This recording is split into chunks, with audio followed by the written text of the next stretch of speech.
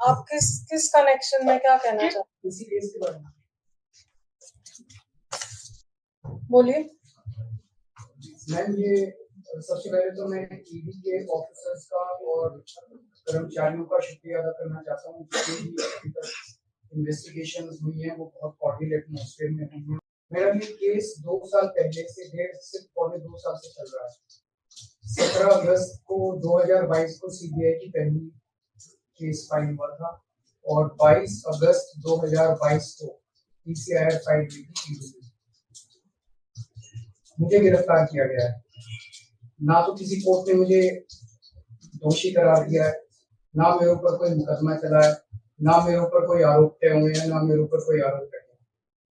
अभी तक इस केस में सीबीआई 31,000 पेज फाइल कर चुकी है कोर्ट में और 294 विटनेसेस को एग्जामिन कर चुकी है।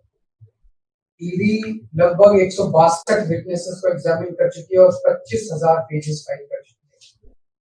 इन सारे विटनेसेस और सारे कागजों को मिला के मुझे क्यों गिरफ्तार किया गया है?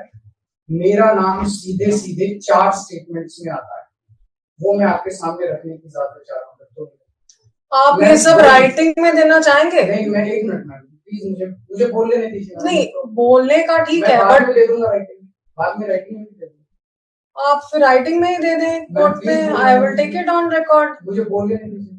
चलिए बोलिए। मेरा चार्ज क्या आता है? पहला, सी अरविंद मनीष सिसोदिया जी के सेक्रेटरी थे। उन्होंने ये कहा है, स्टेटमेंट दिया है कि एक दिन मेरे घर में मेरी मौजूदगी में मनीष सिसोदिया जी ने उनको कुछ एक्साइज के डॉक्यूमेंट्स हैंड ओवर किए। That's it madam. उन्होंने ये नहीं कहा कि मेरी मौजूदगी में कोई पैसे दिए, कोई ऐसा कोई आरोप नहीं है। मेरी मौजूदगी में सी अरविंद को मनीष सिसोदिया जी ने एक्साइज के कुछ डॉक्यूमेंट्स। मैडम, मेरे घर पे ढेरों एमएलए आते हैं, ढेरों मंत्री आते हैं, ढेरों डिग्निटरीज आते हैं, अपने अपने सेक्रेटरी लेते हैं, वो आपस में खुसर भी करते रहते हैं, आपस में डॉक्यूमेंट्स भी एक्सचेंज। मुझे क्या पता कि कौन किसको क्या दे। Is this a sufficient reason to arrest the sitting chief minister? क्या ये स्टेटमेंट एक सिटिंग चीफ मिनिस्टर को अरेस्ट करने के लिए पर्याप्त है? नंबर 1। नंबर दूसरा स्टेटमेंट, एमएसआर मगुंटा श्रीनिवास रेड्डी, ये मेंबर ऑफ पार्लियामेंट थे, जगन रेड्डी की पार्टी से। एमएसआर एक दिन 16 मार्च 2021 को 4:30 बजे मेरे दफ्तर आते हैं। उससे 10 दिन पहले उन्होंने मेरे ऑफिस में चिट्ठी ईमेल भेजी कि मैं एमपी हूँ, मुख्यमंत्री से मेरे ऑफिस वालों ने उसको 10 दिन बाद का टाइम दिया। वो मेरे पास मिलने के लिए आते हैं 4:30 बजे। मैं किसी वजह से जल्दी में था, आके वो मुझे कहते हैं कि मुझे दिल्ली में अपना फैमिली चैरिटेबल ट्रस्ट खोलना है, उसके लिए जमीन चाहिए। मैंने उनको कहा कि जमीन हमारे अंडर में नहीं आती, एलजी साहब के अंडर में आती है, आप मुझे चिट्ठी दे दीजिए, मैं एलजी साहब को फॉरवर्ड कर दूंगा एंड दैट्स इट। सो ये हुआ 16 सितंबर 2022 को उनके घर पे रेड होती है। उनसे पूछा जाता है कि क्या आप केजरीवाल जी से मिले? वो कहते हैं कि हाँ मैं मिला और मैं केजरीवाल जी से अपने फैमिली ट्रस्ट की जमीन मांगने गया था। ये 16 सितंबर 2022 को सेक्शन 17 का स्टेटमेंट है। ED is not happy with this statement. 5 महीने के बाद उनके बेटे को 10 फरवरी को गिरफ्तार कर लिया जाता है।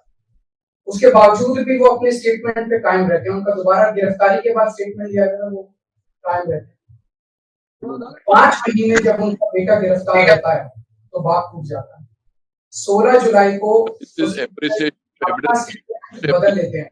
एक मिनट, लेट मी जस्ट आपसे आशीर्वाद चाहता हूँ, please allow to the gal, since it is a virtual, this thing is playing to the gal. Please allow me to speak. This court has allowed by your objective. But the thing is, sir, alright, so many things. I get your point, but the thing is, आपकी submissions मुझे लग रहा है काफी lengthy हैं। नहीं है madam, आप writing में दे दीजिए। Only 5 minutes.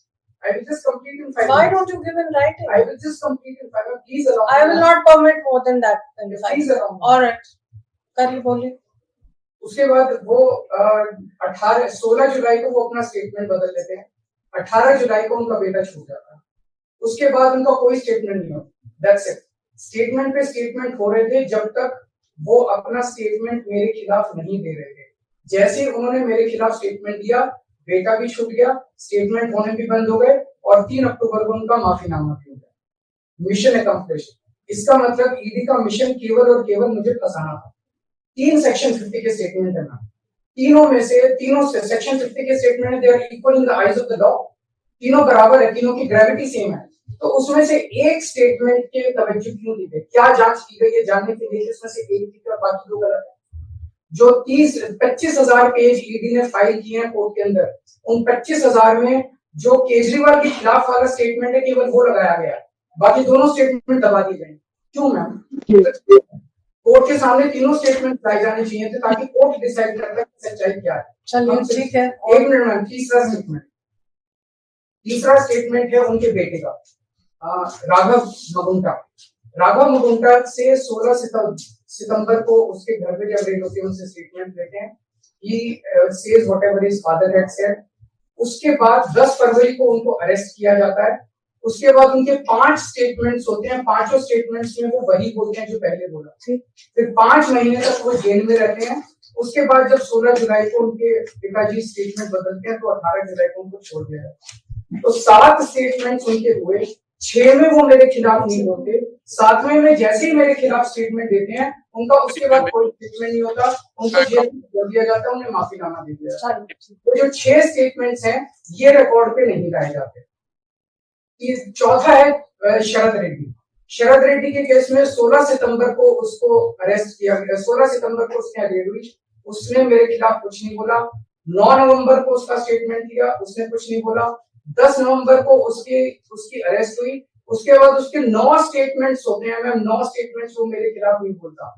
उसके बाद 6 महीने उसको अरेस्ट करने के बाद 25 अप्रैल को वो टूट जाता है और वो केवल इतना कहता है कि मैं विजय नायर के साथ मिलने सीएम साहब के पास गया था, सीएम साहब जल्दी में थे, सीएम साहब ने कहा कि विजय के टच में रहो, विजय अच्छा लड़का है। मैं केवल ये जानना चाहता हूँ कि क्या ये 4 स्टेटमेंट्स एक सिटिंग चीफ मिनिस्टर को अरेस्ट करने के लिए मैम 2 मिनट दे दीजिए कि ये पर्याप्त है? नंबर 1। नंबर 2, जो 30,000 पेज फाइल किए गए हैं, ये 30,000 पेज के अलावा 1 लाख पेज ईडी के दफ्तर में जो हमारी बेगुनाही के सबूत है मैम, उनको कोर्ट के सामने नहीं लाया गया। ये दूसरी बात मैं ये कहना चाहता हूँ, ये शराब घोटाले का पैसा आखिर है कहाँ, जो शराब घोटाला कहा जा रहा है। मैम ये आरोप लगाया जा रहा है कि 100 करोड़ रुपए किसी साउथ लॉबी ने शराब की हमने पॉलिसी बनाने के लिए, हाँ जी आम आदमी पार्टी। मैम ये जस्टिस संजीव खन्ना का ऑर्डर है, जस्टिस संजीव खन्ना का ऑर्डर मैम पेज 22 पैरा 12।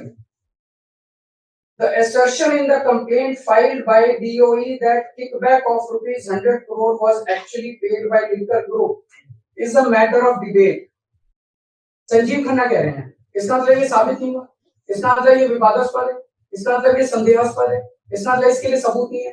तो जो 100 करोड़ रुपए ये कह रहे हैं कि हम लोगों ने रिश्वत ली, वो रिश्वत तो संदेहास्पद है, उसमें तो सबूत ही नहीं है। लेकिन असली शराब घोटाला क्या है? असली शराब घोटाला शुरू होता है ईडी की जांच के बाद। जब ईडी की जांच शुरू हो जाती है, ईडी की जांच के 2 मकसद हैं।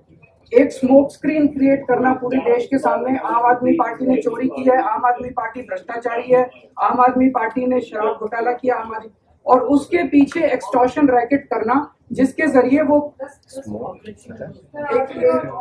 एक्सटॉर्शन रैकेट करना जिसके जरिए वो पैसे इकट्ठे कर रही है। मैं आपको सबूत दे रहा हूँ। शरद रेड्डी के केस में शरद रेड्डी को बेल 2 वजह से मिली। एक, शरद रेड्डी ने मेरे खिलाफ स्टेटमेंट दिया और शरद रेड्डी ने अरेस्ट होने के बाद 55 करोड़ रुपए का चंदा बीजेपी को दिया, 55 करोड़ रुपए के bonds arrest. So he bought his bail ma'am, he bought his bail। Then now the money trail is clearly established। Money trail is clearly established। Ma'am, just last 1 minute। Last 1 minute। The money trail is established ma'am. उसने अपनी bell arrest होने के बाद 55 करोड़ रुपए का चंदा BJP को दिया, बीजेपी के अकाउंट में सीधा गया। मनी ट्रेल इज एस्टैब्लिश्ड और यही पूरी जांच का मकसद था। एक तरफ आम आदमी पार्टी को क्रश करना, एक स्मोक स्क्रीन क्रिएट करना, भ्रम का पर्दा और पीछे से एक्सटॉर्शन करना। Thank you.